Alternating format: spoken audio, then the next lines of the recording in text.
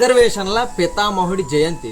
Doctor BR Ambedkar గారి ఉన్నత విద్యకు, సామాజిక ఉద్యమాలకు అపారమైన ఆర్థిక, నైతిక సహాయాన్ని అందించడంతో పాటు అంబేద్కర్ గారితో కలిసి అంటరానితన నిర్మూలనకు, అణగారిన వర్గాల అభ్యున్నతికి కృషి చేశాడు. ఆయన 1920లో అంటరాని వారి హక్కుల కోసం అంబేద్కర్ గారు స్థాపించిన మూక్ నాయక్ పత్రికకు తొలి బీజం వేయడమే కాకుండా అంబేద్కర్ గారు విదేశాల్లో ఉన్నప్పుడు ఆ పత్రికా నిర్వహణకైనటువంటి ఖర్చులు భరించాడు. ఆయన నాసిక్లో అంటరాని వారి కోసం నిర్మిస్తున్న హాస్టల్కి 5,000 ఆర్థిక సహాయం చేయడమే కాకుండా స్వయంగా ఆయనే హాస్టల్ ప్రారంభోత్సవానికి హాజరు కావడం జరిగింది.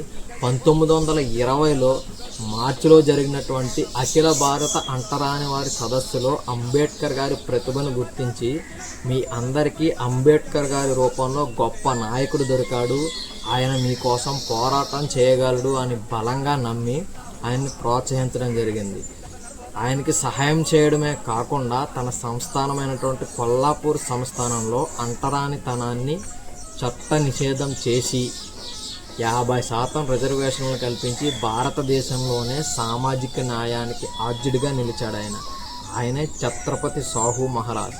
నేడు ఆ మహనీయుడి జయంతి సందర్భంగా ఆ మహనీయుడికి ఘన నివాళులను అర్పిస్తూ జై భీమ్, జై సాహు మహారాజ్.